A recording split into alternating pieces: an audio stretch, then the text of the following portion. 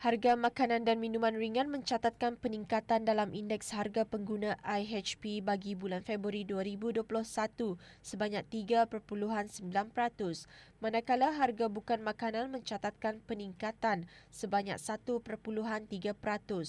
Peningkatan IHP bagi bulan Februari pada keseluruhannya meningkat sebanyak 1.8% tahun ke tahun berbanding bulan Februari 2020.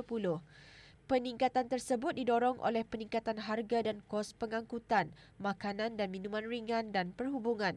Namun, peningkatan ini diimbangi oleh penurunan harga dan kos pakaian dan kasut, perhiasan, peralatan isi rumah dan penyelenggaraan rutin isi rumah dan pelbagai barangan dan perkhidmatan. Kenaikan harga pengangkutan adalah disebabkan oleh kenaikan harga kenderaan bermotor, diikuti oleh tiket penerbangan. Peningkatan harga makanan dan minuman ringan pula didorong oleh kenaikan harga makanan seperti sayur-sayuran, ayam, daging lembu dan kerbau. Harga sayur-sayuran naik susulan faktor perubahan cuaca yang tidak menentu.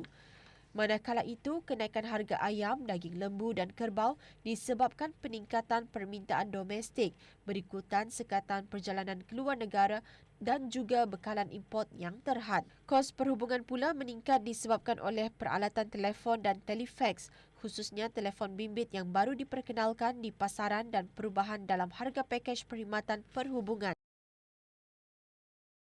Penubuhan Islamic Window menunjukkan kemajuan dalam perkembangan kewangan Islam ke arah mencapai sasaran blueprint sektor kewangan Brunei Darussalam bagi sektor kewangan yang dinamik dan pelbagai di bawah strategi berdaya saing dan inovatif institusi-institusi kewangan dan perkhidmatan.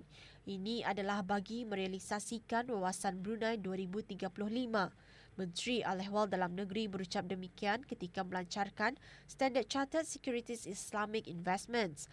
Yang Berhormat Penghid Orang Kaya Seri Kerna Dato' Seri Setia Dr. Haji Awang Abu Bakar bin Haji Apong yang juga Timbalan Pengerusi Autoriti Monetary Brunei Darussalam juga mengongsikan AMBD akan terus memainkan peranan penting dalam pembangunan kewangan Islam sebagai salah satu komponen dan ekosistem kewangan negara. Ini termasuk melaksanakan rangka kerja penyeliaan dan pengawal seliaan efektif yang menyokong kestabilan sistem kewangan dan menampung peluang-peluang perniagaan baharu. Antara usaha yang diambil AMBD ialah pengenalan rangka kerja tadbir urus syariah bagi mengukuhkan tadbir urus, integriti, pengurusan institusi kewangan Islam dan kejayaan penerbitan Islamic Bills AMBD. Kementerian Pembangunan terus komited untuk meningkatkan penglibatan pekerja tempatan dalam industri pembinaan. Pada masa yang sama, kementerian tersebut juga merangka strategi untuk pembangunan industri pembinaan dengan mengambil kira perkembangan daripada segi teknologi selaras dengan revolusi industri 4.0. Yang Berhormat Datuk Seri Setia Jurutera Awang Haji Suhaimi bin Haji Ghaffar mengongsikan perkara tersebut semasa majlis penyampaian sijil pencapaian kepada pelatih RMAX Bridging Program 1.0. Menyentuh mengenai isu The Future of Work yang merupakan salah satu tajuk yang menjadi perbincangan hangat, Menteri Pembangunan menggariskan jika tiada persediaan maka industri pembinaan akan ketinggalan dan mengalami kerugian disebabkan pekerja tempatan yang tidak mempunyai pengetahuan dan skill sets yang diperlukan. Program RMAX Bridging Program 1.0 merupakan salah satu inisiatif yang diperkenalkan oleh MISC Construction sebagai usaha bagi meningkatkan kebolehpasaran anak-anak tempatan dan memastikan pencari pekerjaan tempatan memperoleh kemahiran dan kecekapan yang relevan dalam industri pembinaan.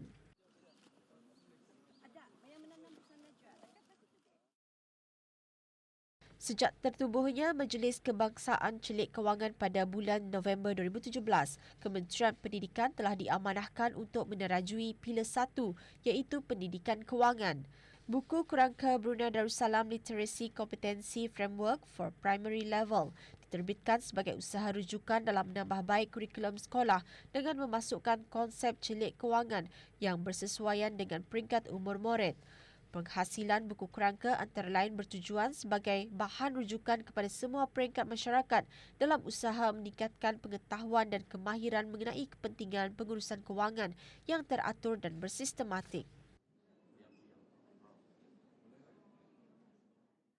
Syarikat Pemasaran Brunei Shell Sdn Berhad BSM melancarkan penukaran nama bagi pekerja di stesen minyak sebagai juara servis atau servis champion. Penukaran nama itu adalah sebagai penghargaan kepada semua juara servis dalam dedikasi mereka dan tugasan mereka kepada para pelanggan di negara ini. Pangeran Haji Jamra Wera bin Pangeran Haji Petra, pemangku setiausaha tetap di Kementerian Tenaga, dalam ucapannya berkata, Kementerian Tenaga melalui Autoriti Petroleum Negara Brunei Darussalam akan sentiasa memberi sokongan dan dokongan kepada stesen-stesen minyak dalam sama-sama meningkatkan tahap pematuhan peraturan keselamatan dengan melibatkan diri membuat pemantauan yang berterusan ke stesen-stesen minyak. Gerai Ramadan kini kembali beroperasi setelah tahun lalu tidak diadakan disebabkan pandemik COVID-19 yang telah melanda seluruh dunia. Kini dengan situasi COVID-19 dapat dikawal di negara ini, gerai-gerai Ramadan kini berjaja dengan menjalankan langkah-langkah waspada. Kembalinya gerai Ramadan ini juga sangat dialu-alukan oleh orang ramai disebabkan dengan pelbagai hidangan yang ditawarkan. Di daerah Brunei dan Muara, tempat yang sentiasa menjadi tarikan pengunjung ialah di kawasan letak kereta berhadapan Muzium Alat Kebesaran Diraja, Bandar Seri Begawan dan di kawasan Stadium Negara Hassanal Bolkiah.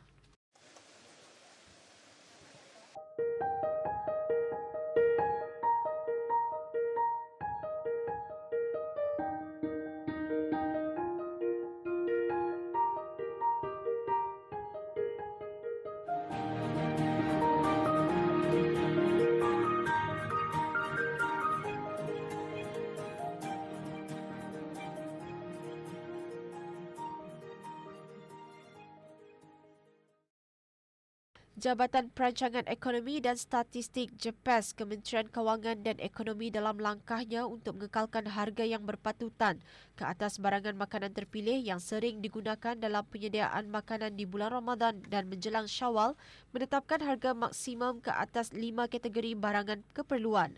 Penetapan harga berkenaan bermula 1 Ramadan lalu sehingga penghujung bulan Syawal 1442 Hijrah.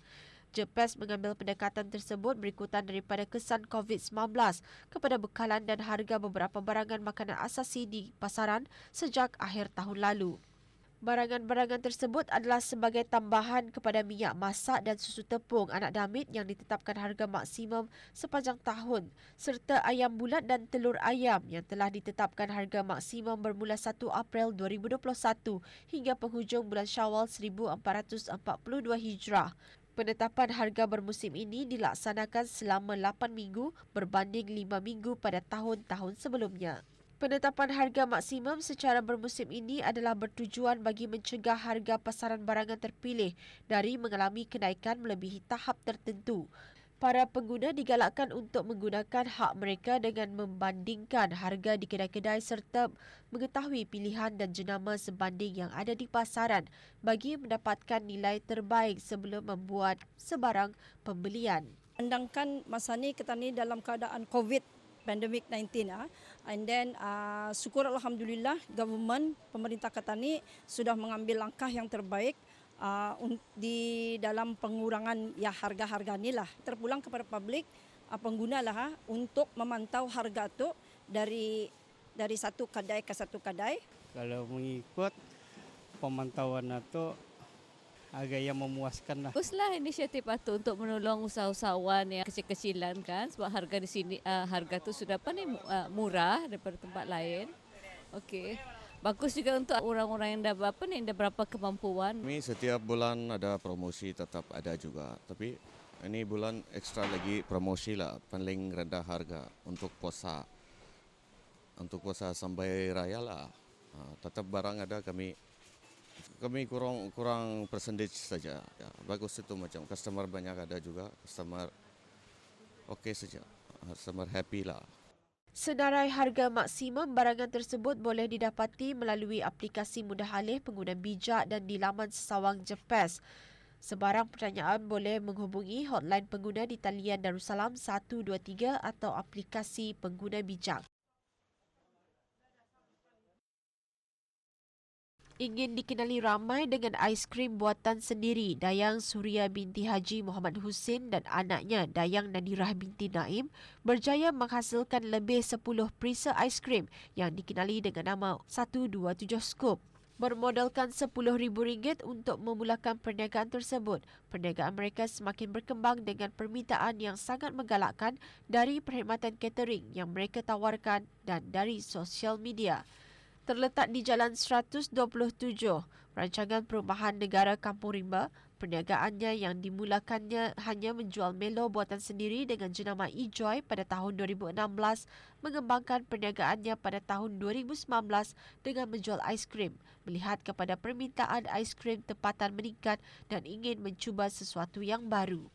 Ini aiskrim ini, kami melihat sudah Melo tu berjalannya kata ni stable sudah, tani ada customer sudah, and then kami terfikir memula anakku buat aiskrim gelato. So aku cakap arahnya gelato ni terlampau banyak atau banyak saingan. So why not we cuba something new yang belum ada di sini. Aku cakap kami masa tu nampak sudah ada kursus di KL, ada kursus buat popsicle. So akulah bagi dia aku kita ni ke KL, aku dengan Nia ke KL, kami kursus. Balik saja kami sudah merancang, balik saja dari KL tu kami sudah merancang satu, okey, tani buat aiskrim. Tani beli mesin buat aiskrim. Saya ni start dengan aiskrim mini dulu. So kami start lah, kami cuba. Mula-mula memang orang excited sebab buatan orang tempatan kan. Kami post di Facebook. Excited orang, buatan orang Brunei ada orang ke tani buat aiskrim macam ni Biasanya kan company-company Cina saja yang dari luar, brand dari luar lah. Ini brand tempatan. So aku cakap orang jangan putus asa. Memang setahun ini kita ni mencari nama. So kena sabar, kena fokus buat saja. So you focus on ice cream saja. So kami ada dua jenama sekarang ni. Instead of E-Joy itu brand Melo, dan kami ada ice cream E-Joy. Antara perisa aiskrim yang diminati ramai ialah sea salt, salted caramel, durian D24 iaitu perisa durian asli dengan harga di antara RM1 ke RM3.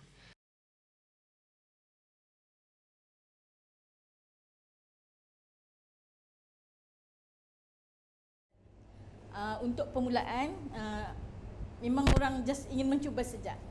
Tapi alhamdulillah sekarang ni orang sudah kenal. Instead of banyak flavor, orang suka stikernya, orang suka color-colornya. Kan nampak aiskrim tu dia punya packaging transparent. Jadi orang nampak colorful.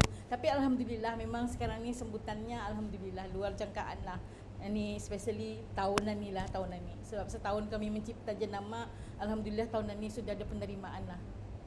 127 Scoop juga menawarkan perkhidmatan catering dengan harga serendah RM30, tidak termasuk perkhidmatan penghantaran. Bagi mereka yang ingin mencuba atau membuat tempahan bagi perkhidmatan catering mereka, bolehlah menghubungi mereka melalui IG 127 Scoop.